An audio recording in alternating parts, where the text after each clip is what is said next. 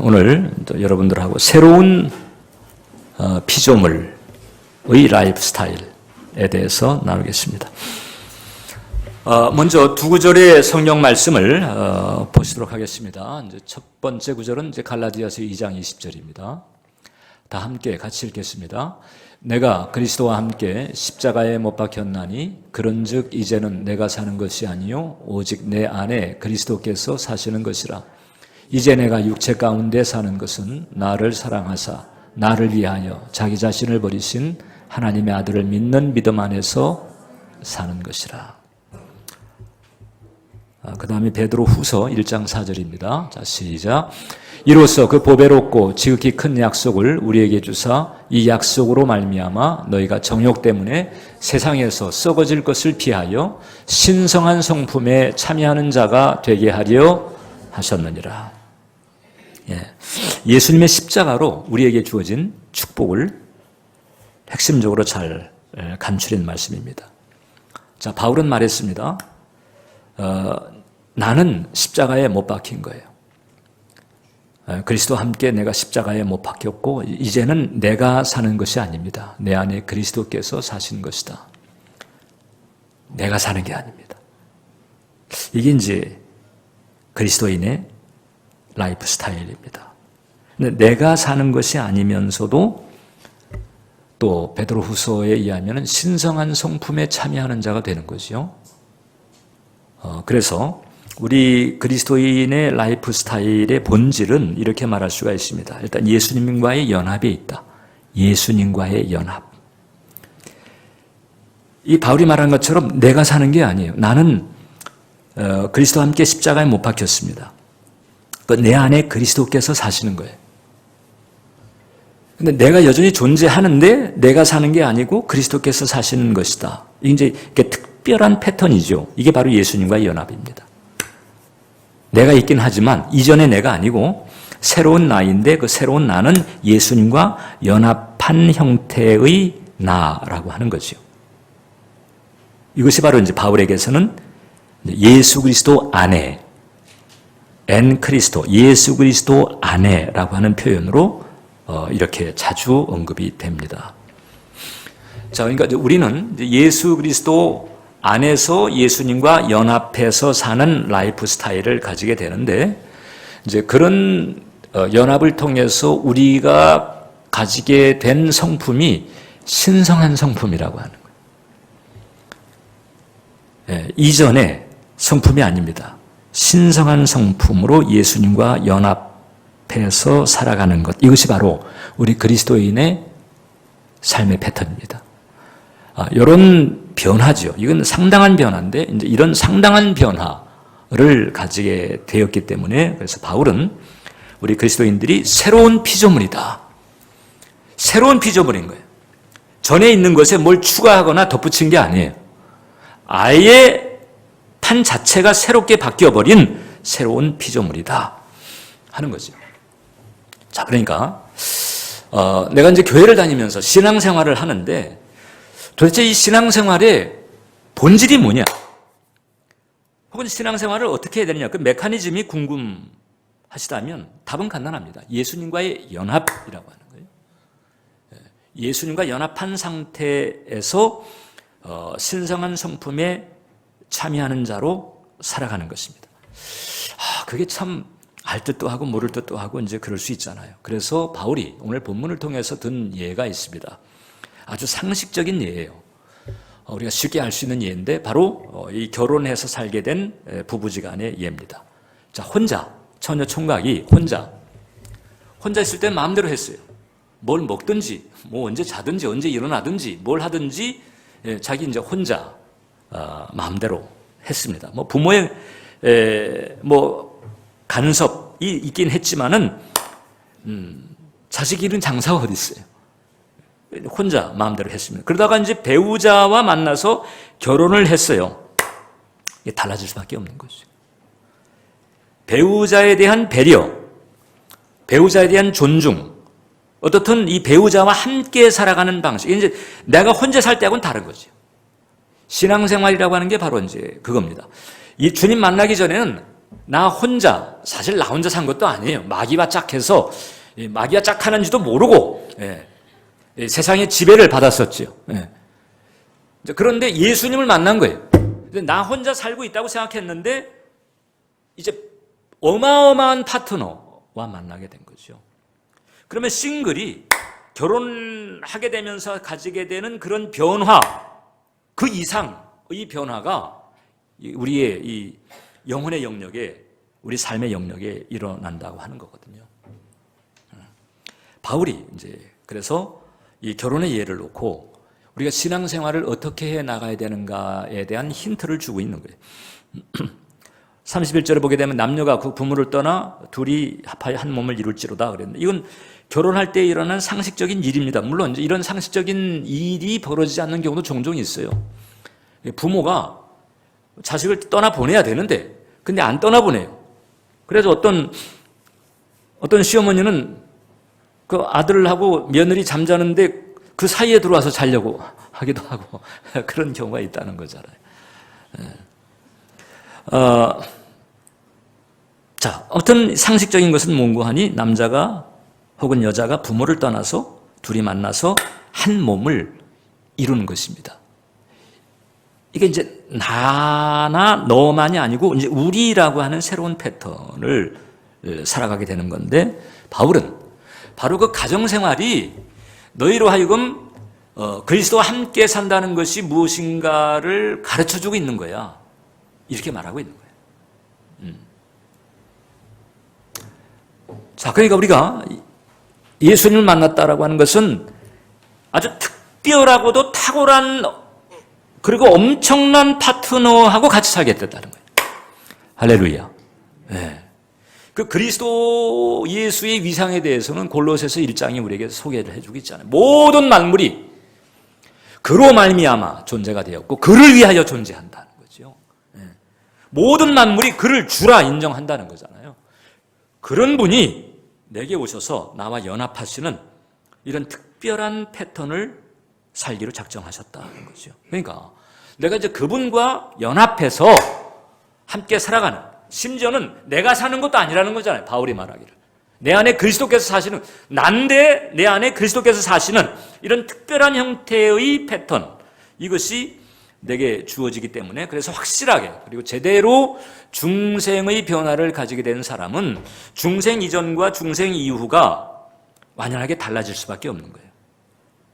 예수님 때문에 인생의 BC와 AD가 달라지는 거죠. 예수님의 십자가가 그 이전과 그 이후를 갈라요. Before Christ, 예수님 만나기 이전, 그 다음에 예수님 만난 그 이후, 이건 완연하게 다를 수밖에 없습니다. 이 교회를 추석하는 정도만이 아니고 그것은 기본이고요.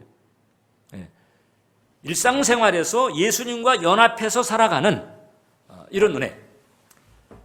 뭐 이런 비유 들 수 있죠. 학창시절에 아주 공부도 못하고 아주 형편없는 동기였는데 쟤는 저 앞으로 어떻게 되려고 그러더라나 저렇게 염려했던 애인데 그 애가 어느 날 세상에 재벌 외동아들하고 결혼을 해버린 거예요. 어마어마해져 버렸습니다.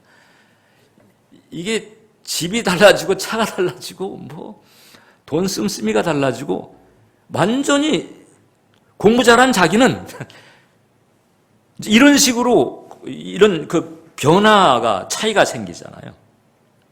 근데 제가 이런 예를 들기가 조금 조심스러운 게, 이런 예를 들다 보게 되면 또 돈, 평수, 차, 이거에 또 쏠릴까봐 내가.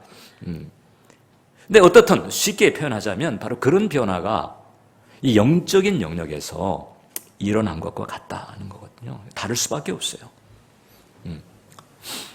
그래서 이 신앙생활의 형통이라고 하는 것은 이 예수님과의 연합이라고 하는 이 새로운 패턴에 내가 얼마나 성공적으로 잘 적응하느냐, 여기에 달려 있습니다.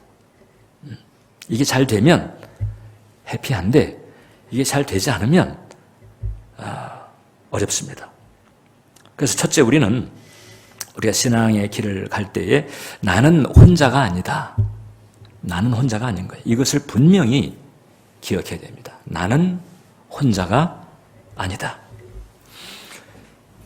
대체적으로 이제 신앙생활에서 영적인 노력을 하는 분들도 은연중에 그런 생각을 가집니다. 내가 노력을 해가지고 내가 뭔가를 해서 주님을 따라가는 거예요. 필요할 때 기도해서 주님의 도움을 받고 필요할 때 또 주님께 기대고 뭐 그러면 되지. 근데 이제 기본적으로는 내가 뭘 한다고 생각하는 거죠. 나 혼자 애를 써서 어떤 수준에 이르려고 하는 이제 이런 생각을 은연중에 가지고 있어요. 그게 이제 좀 더 엄밀하게 말하자면 이제 그게 아닌 거죠. 내가 혼자 뭘 노력하고 어떤 수준에 이르려고 애를 쓰면서 그런 과정에서 필요할 때 기도해서 주님의 도움을 얻고 필요할 때 주님께 기대고 이런 게 아니고요. 예수 그리스도 안에서 예수 그리스도를 힘입어서 예수 그리스도를 따라가는 거예요. 그러니까 예수님께서 나를 따라오라고 할 때에는 예수님이 나하고 뚝 떨어져서 내 앞에 그냥 쭉 가시면서 좀 나 따라와봐 잘 이렇게 하는 게 아닙니다. 원래 이제 그런 것처럼 보이지만은 그것은 그 방향과 목표를 제시하는 차원인 것이고 실제로는 예수님께서 나와 연합해서 나를 붙드시고 예수님께서 원하시는 방향으로 나를 이끌어 가시는 거예요. 그겁니다. 그리고 이제 그 과정에서 성령께서 바로 예수님과 연합이 잘 이루어질 수 있도록 이끄시고 유지할 수 있도록 도와주시는 거죠. 그러니까 예수님께서 안 보이신다고 해서 안 계시는 것이 아닙니다. 예수님께서 안 보이신다고 해서 내가 그냥 따로 가는 게 아니고 이미 중생에서 하나님의 자녀로 인침받은 사람은 예수 그리스도 안에 있는 것이고 예수 그리스도와 함께 있는 상태다. 함께 계신 그 예수님을 바로 인정하고 의지하고 존중하면서 가느냐 아니면 그 예수님 보고 그냥 따라오라고 하듯이 그냥 내가 앞서 가느냐 이런 이제 차이만 있게 되는 것입니다. 그렇기 때문에 우리가 이제 중생한 이후에 즉 예수 그리스도를 구주로 영접해서 내가 이제 하나님의 자녀가 되었습니다. 오직 예수님만이 나의 구속을 이루신 유일한 구세주이십니다. 이와 같은 신앙 고백을 가지게 된 분은 중생 이후에 변화가 오겠죠. 어떤 변화가 오는 거야? 중생 이전에 하던 것들을 끊어버리는 일들이 벌어져요. 나와 연합하신 그 예수님께서 원치 않는다는 사실을 알게 되는 거잖아요. 그런 것들이 많이 있잖아요. 예수님 모를 때는 그냥 뭐 전혀 죄의식 없이 가책 없이 그냥 철퍼덕 저질렀던 그런 것들. 근데 예수님 만나고 보니까 설교를 듣고 성경을 읽고 이 영적인 원리를 알게 되다 보니까 이거 하면 안 되는 거였구나. 이 주님께서 원하시는 것이 아니로구나. 이걸 이제 알게 된 거죠. 그렇게 되면서 이제 그런 것들을 하나씩 둘씩 접는 그런 변화. 결혼 이전에 했던 일들을 안 하고, 결혼 이전에 봤던 것을 안 보고, 결혼 이전에 갔던 것을 안 가고. 그 부부가 결혼했는데 그 남자가 결혼 이전에 나쁜 데를 자주 갔었어요. 나쁜 것을 자주 봤었어요. 근데 이제 좋은 색신을 만나가지고 결혼했단 말이죠. 그럼 이전에 갔던 나쁜 데를 안 가야지. 이전에 봤던 나쁜 것을 안 봐야지. 그런 변화가 있어야 되는 거잖아. 그런 변화 없이 그냥 자기 하고 싶은 대로 마구 저질러 대면 그 정신 못 차린 것이죠. 정신 못 차린 거예요. 대부분 웬만하면 배우자를 생각하고 이제 새로운 패턴, 내가 새로운 삶을 살게 됐다. 더군다나 애까지 딱 낳아봐요. 이게 책임감이 또 어깨에 양어깨에 해주고 삶의 자세가 달라지는 거예요.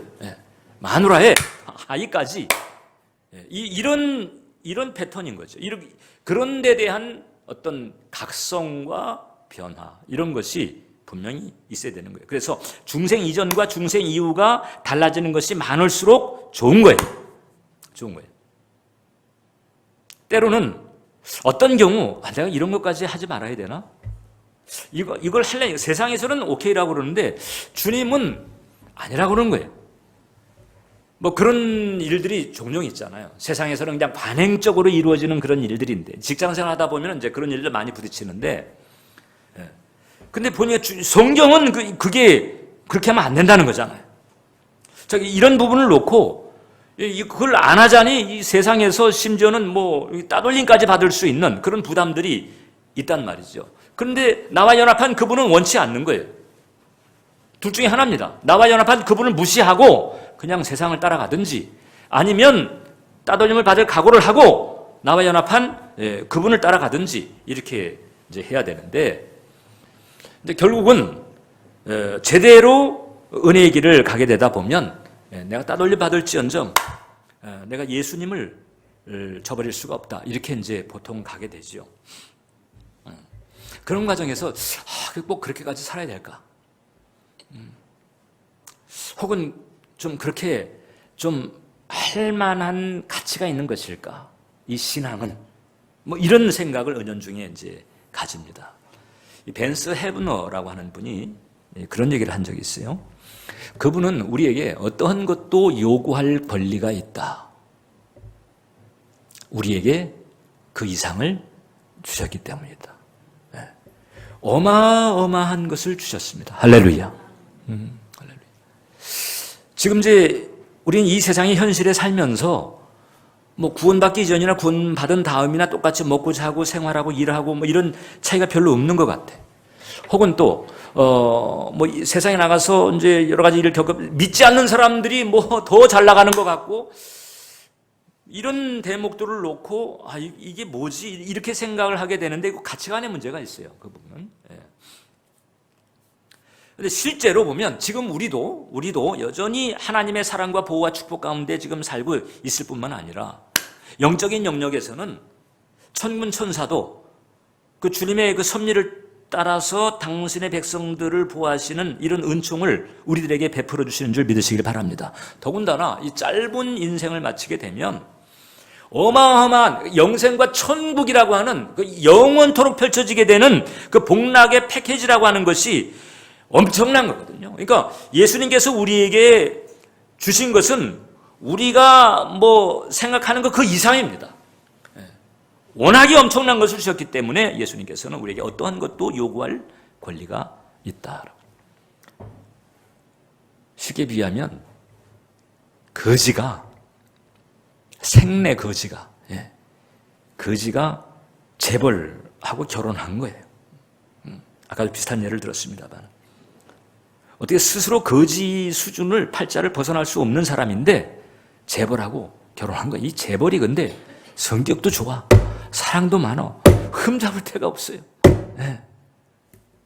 이런 사람하고 딱 결혼한 것 같죠. 그럼 뭘 바꿔야 돼요? 재벌이 거지 순으로 끌어내려져야 됩니까? 아니면은 이 거지가 이제 그 파트너 수준으로 변화돼야 됩니까? 어떻게 해야 돼요? 우리가 그런 거죠.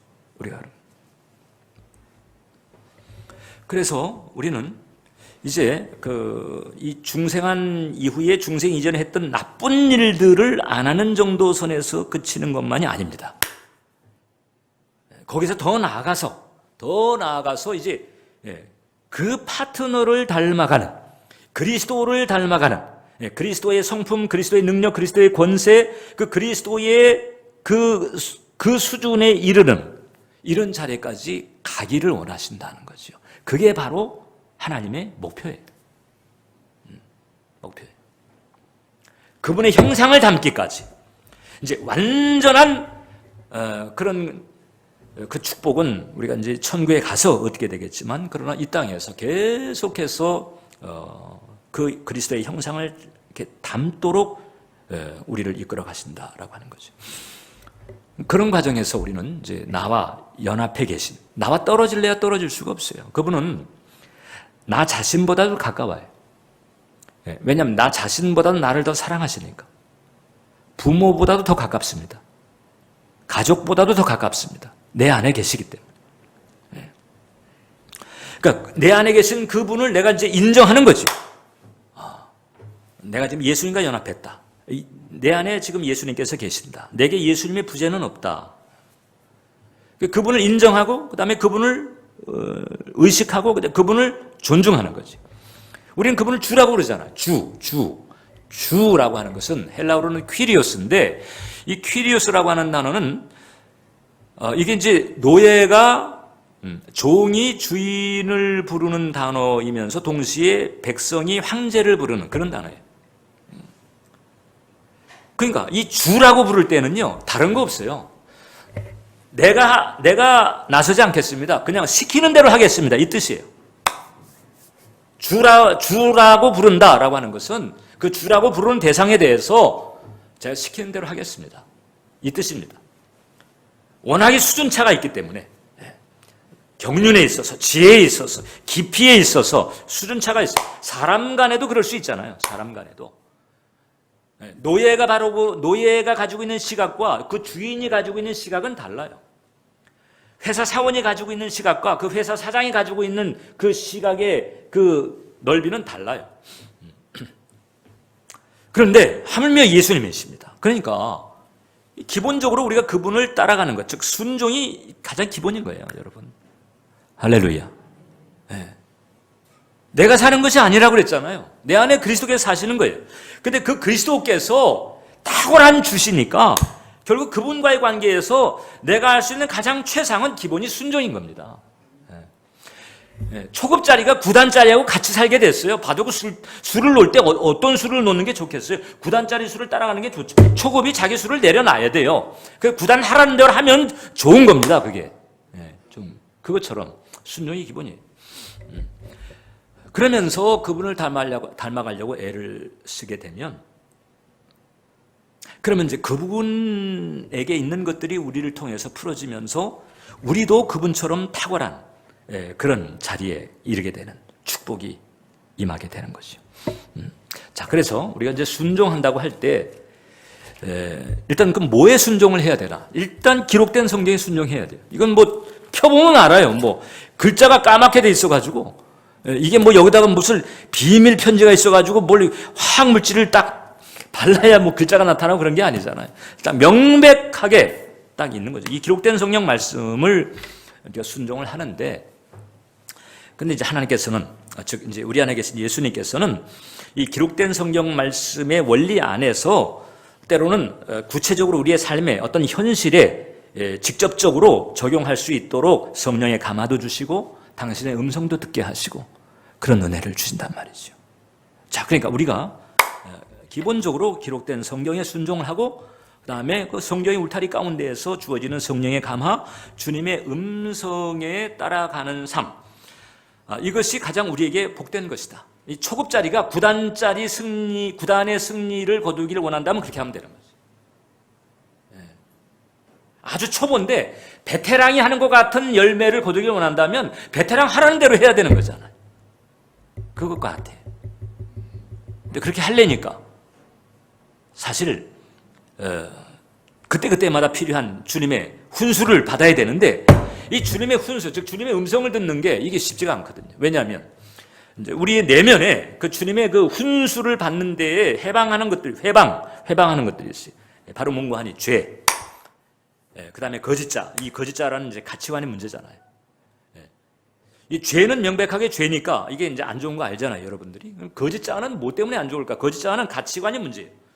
쉽게 말하면 주님은 사랑이 최고라고 그러는데 이 거짓자는 돈과 힘이 최고라고 말하는 거예요. 이 주님은 하나님의 인정을 받는 게 가장 중요하다고 말하는데 이 거짓자는 이 사람들의 인정을 받는 게 중요하다 이렇게 말해요. 그러니까 주님은 하나님의 인정을 받고 또 그 사랑으로 모든 것을 행하자 이렇게 해나가는데, 거짓자는 돈을 많이 벌고 추세를 해서 사람들의 인정을 받는 게 최고니까 그쪽으로. 그럼 내가 거짓자에 매여 있잖아요. 그럼 주님하고 이 코드 자체가 안 맞아. 코드 자체가 안 맞으니까 안 통하는 거지. 안 들을 수가 없어요. 들려줘도 들을 수가 없어요.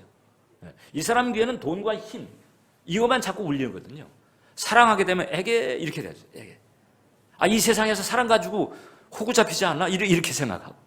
아예 판 자체가 그냥 철저하게 뼛속까지 거짓자에 물드는 통에, 그러니까 이 주님하고 소통이 안 되는 거죠. 그 다음에 부정적인 정서도 마찬가지잖아요. 열등감이라든지 뭐 부정적인 생각을 가지고 있잖아요. 그러면 그것도 역시 하나님은 할 수 있느니라 그러는데 이거 안 돼요.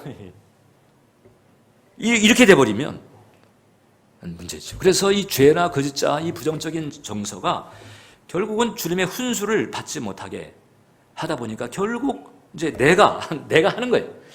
주님이 뭐라고 하는지를 알 수가 없으니까 결국 이제 내가 하게 되는 것이고 내 수준의 일만 벌어집니다. 그러니까 초급짜리 수준만 벌어지는 거예요. 쉽게 말하면 9단짜리 수가 나올 수가 없어요. 안 들으니까.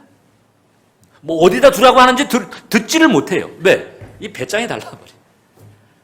9단은 좌측 상단에 놓길 바라는데 이 초급자리는 이게 우측 하단인데 왜 우측 하단에 왜 거기다 놓습니까? 여기다 놔야 이게 대박인데 이러면서 여기다가 자꾸 놓으려고 하니까 안 되는 거죠. 그러나 이제 이런 요소들 지금 이제 우리 은혜 정원교회는 결국 이제 우리들의 내면 가운데에서 죄나 거짓자, 부정적인 정서를 털어내면서 그리스도의 형상을 담게 하려고 세운 교회인 줄 믿으시길 바랍니다. 저는 여러분들에게 그 일을 하고 있는 거죠. 여러분들의 내면에서 죄나 거짓자, 부정적인 정서를 띄어내서 정말 초급 수준을 벗어나서 9단짜리 수를 둘 수 있는 9단의 훈수를 잘 들을 수 있는 자리로 이끌려고 제가 하는 거예요. 지금 그렇게만 하면 우리의 삶이 달라지죠. 나와 파트너이신, 나와 연합해 계신 그 예수님 수준에 이르는 그 같은 삶을 살아나갈 수가 있다. 그래서 그런 과정에서 비로소 이제 두 번째이자 마지막인데 우리는 진정한 성취의 길을 갈 수 있다고 하는 진정한 성취. 자, 마태복음 16장 24절을 보면 이 예수께서 제자들에게 이르시되 누구든지 나를 따라오려거든 자기를 부인하고 자기 십자가를 지고 나를 따를 것이니라. 자, 예수님 말씀, 나를 따르려면 자기를 부인해야 돼. 그 자기 십자가를 져야 돼. 자기를 부인한다라고 하는 것. 요게 바로 이제 요게 바로 그 거짓자를 말합니다. 거짓자. 이 부정적인 정서도 여러분 이 낮은 자존감이나 혹은 열등감이라든가 이 각종 정서 장애들 이제 이런 부정적인 정서도 결국은 거짓자에서 비롯돼요. 왜곡된 가치관 때문에 결국 생겨나는 일입니다. 그게 부모의 왜곡된 가치관이 됐든지 혹은 이 세상의 그 가치관이 됐든지 아무튼 거기에 영향을 받았기 때문에 그런 부정적인 정서가 나오는 거거든요. 그러니까 이런 것들을 이제 버리라는 거죠. 나를 따르려면, 나와 함께 하려면 나의 기준을 받아들여야 된다는 거죠. 나의 기준. 영적인 원리를 잘 깨달아야 된다. 자기를 부인하라는 거예요. 이게 이제 거짓자를 띄어내라는 것인데 이 거짓자를 띄어냈을 때 그때 성취나 성공 이것을 포기하는 것이냐? 그게 아니라고 하는 거잖아요. 오히려 진정한 성취, 진정한 성공에 이르는 것이다. 할렐루야. 할렐루야. 제 잘 아는 목사님이 명성 목사님이라고 이제 교회 성장학회 통해서 참 귀하게 쓰임 받으신 목사님입니다. 그런 얘기한 기억이 있어요. 그리스도 안에서 성공이라고 하는 것이 뭔가? 그게 바로 어떤 세상적인 성취가 아니고 성스러운 일에 공헌하는 게 성공이다. 그래요. 진정한 성취죠. 마태복음 17장 33절을 보면 무릇 자기 목숨을 보전하고자 하는 자는 잃을 것이요 잃는 자는 살리리라. 자기 목숨을 잃는 자, 자기를 부인하는 거예요. 잃는 자는 살리리. 살 뿐만 아니라 얻을 수 있어요. 얻을 수 있어요. 이게 바로 역설이 여기 있는 거거든요. 그래서 비로소 내가 이 거짓자를 띄어내고 그리고 그리스도의 형상을 닮아가는 이 연합의 삶을 살아갈 때 비로소 내 곁에인 나의 길 이것을 깨달아 알 수 있게 되고 그 길을 갈 수 있게 되는 거예요. 무작정 세상이 좋다 하는 대로 가는 게 아닙니다. 세상은 하나님께로부터 온 것이 아니에요. 육신의 정욕, 안목의 정욕, 이생의 자랑 그것은 하나님께로부터 온 것이 아니라고 그랬잖아요. 세상에 무작정 따라가는 게 아닙니다. 나를 지으시고 나를 아시는 그 하나님께서 내게 예비하신 내게 정하신 그 길을 알게 되는 것. 이게 바로 이제 예수님과 연합의 상태에서 주시는 가장 큰 축복이고요. 그때 비로소 보람 있고 의미 있고 값진 인생을 살아갈 수가 있다는 거죠. 그런 과정에서 하나님께서 필요하면 권력도 주시고요. 큰 돈도 맡기시고요. 큰 지식도 맡기시고요. 필요하면 그렇게 하십니다. 네. 나를 향한 하나님의 생각, 나를 향한 하나님의 계획이라고 하는 게 있다. 시편 119편에 보게 되면 내 형질이 이루어지기 전에, 자, 모태에서 내가 지어지기 전에 주의 눈이 보셨으며 나를 위하여 정한 날이 하루도 되기 전에 주의 책에 다 기록이 되어 있어요. 내가 태어나기도 전에 내 모든 행적이 주의 책에 다 기록되어 있어요. 내가 태어나기도 전에 이미 주님께서는 만세 전부터 정죄후의 모든 것을 알고 계셨어요. 정죄후의 10대, 20대, 30대, 60대 은혜 정원교회 개척할 일까지 다 아시고 계셔요. 다 보신 거죠. 자, 그렇다면 나의 10년 뒤, 20년 뒤도 주님께서 보시는 거예요. 주의 책에 다 기록이 돼 아시고 계세요. 그러면서 예수님과 연합한 상태에서 갈 수 있는 최상의 길, 그게 주님의 뜻만 성취하는 것이 아니고요. 내게 있어서 가장 의미 있고 복되고 값진 그런 길인 거거든요. 그걸 예비하셨고 또 그 길을 갈 수 있도록 하나님께서 많은 수 하나님의 생각이 많단 말이죠. 그래서 우리가 예수 중심으로 의식이 이렇게 변화되면, 여러분들이 예수 중심으로 변화되든 안 변화되든 이미 여러분이 중생했다면 여러분이 이미 예수님과 연합의 상태에 있어요. 예수님과 연합한 상태에 있는데 예수 중심으로 안 가면 어떻게 되는 거야? 예수님하고 씨름하는. 예수님이 도와줘야 되는데 예수님이 씨름하고 있어. 왜냐하면 질서를 바로 잡으려고. 그러니까 예수 중심으로 가면 어떻게 되는 거 아니? 그때 이제 두 가지가 열리죠. 하나가 뭔가 아니? 데스티니입니다. 데스티니. 이 데스티니라고 하는 게 이제 내가 해야 할 일, 가야 할 길이에요. 나의 사명 같은 거죠. 나의 사명. 예전엔 비전이라는 말을 이제 많이 쓰죠. 지금도 마찬가지인데 이 비전이라고 하는 단어가 자기 개발 개념이 워낙에 강해졌어요. 근데 데스티니라고 할 때는 어떻게 보면 천직 같은 거죠. 예를 들어서 이런 거죠. 예를 들어서 여러분 가운데에서 이게 바로 내 길이야. 이게 내가 할 일이었어.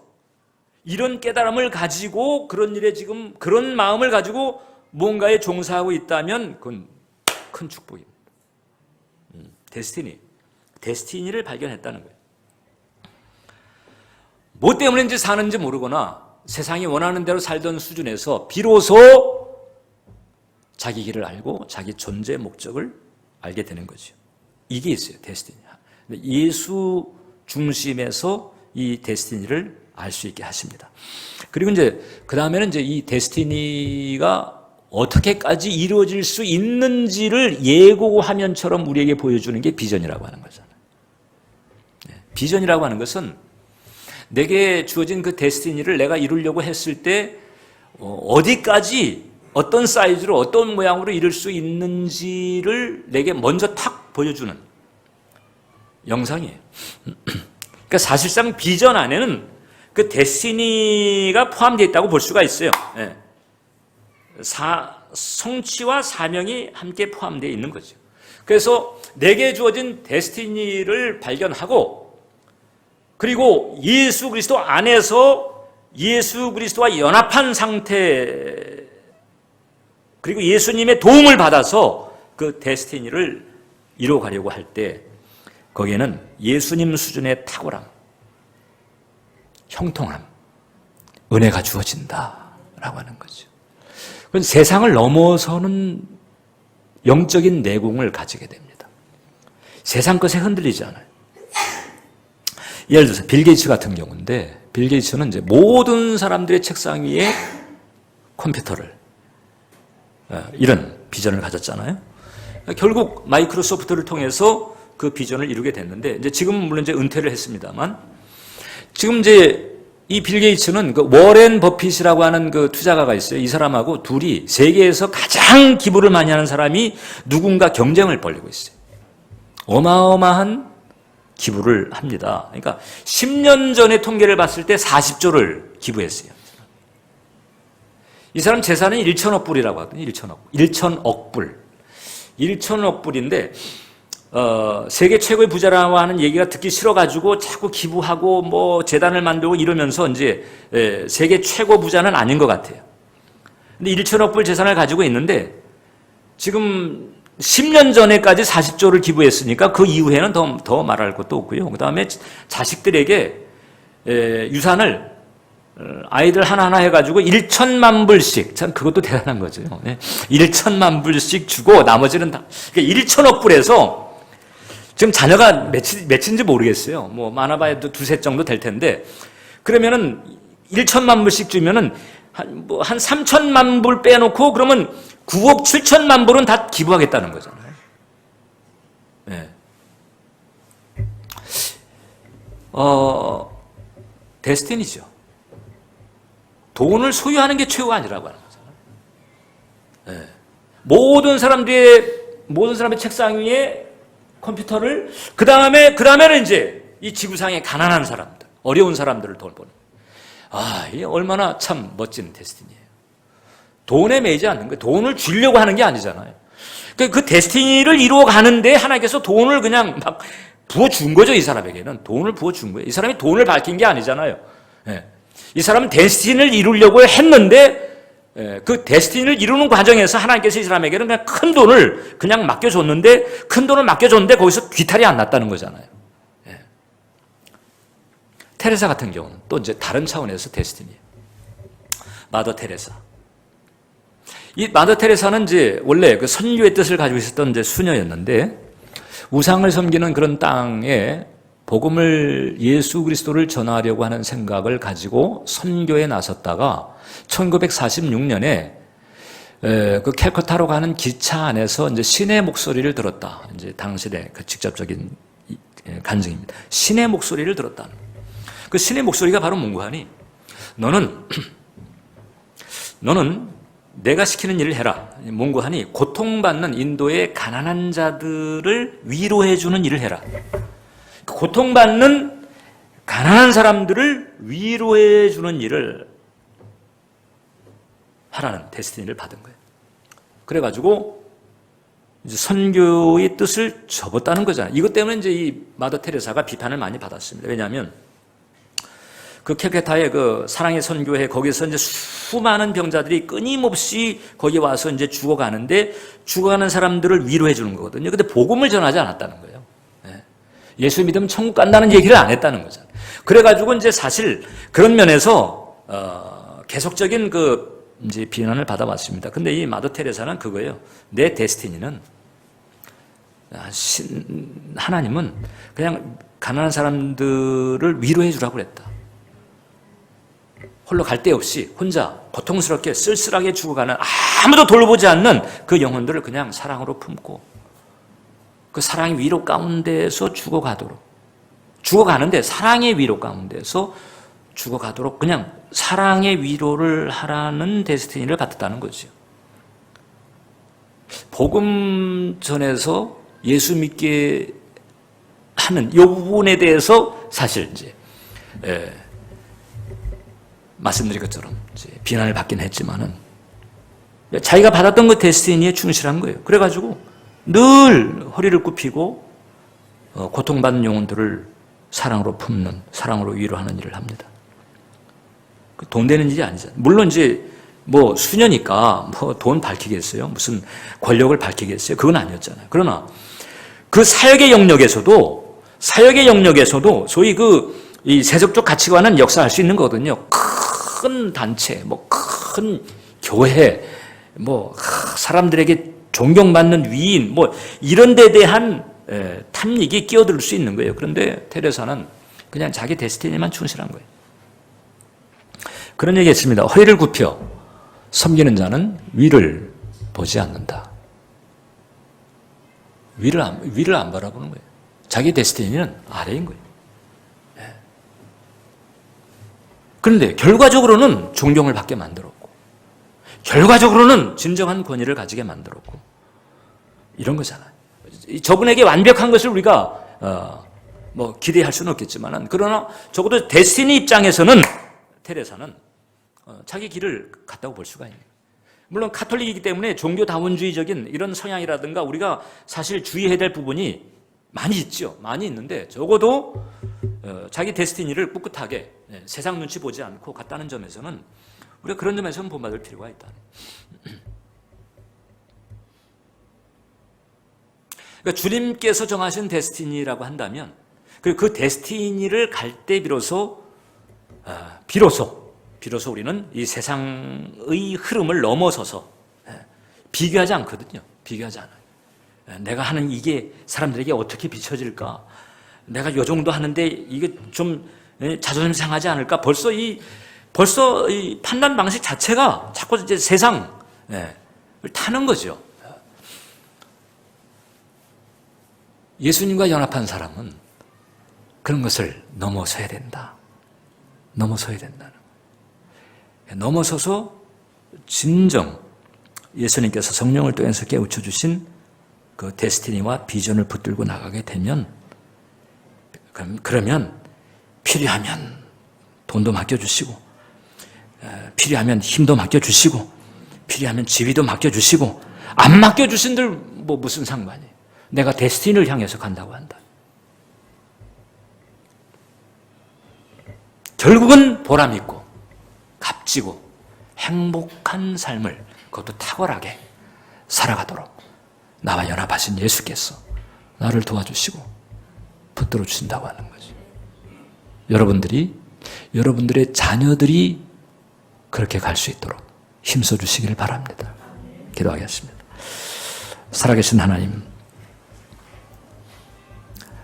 이 새로운 피조물로서의 마음가짐과 패턴이 무엇인가를 나누어 싸우니 예수님과 연합한 상태에서 신성한 성품에 참여한 자로 하나님께서 예비하신 그 데스티니와 비전을 이루어갈 수 있도록 도와주시옵소서.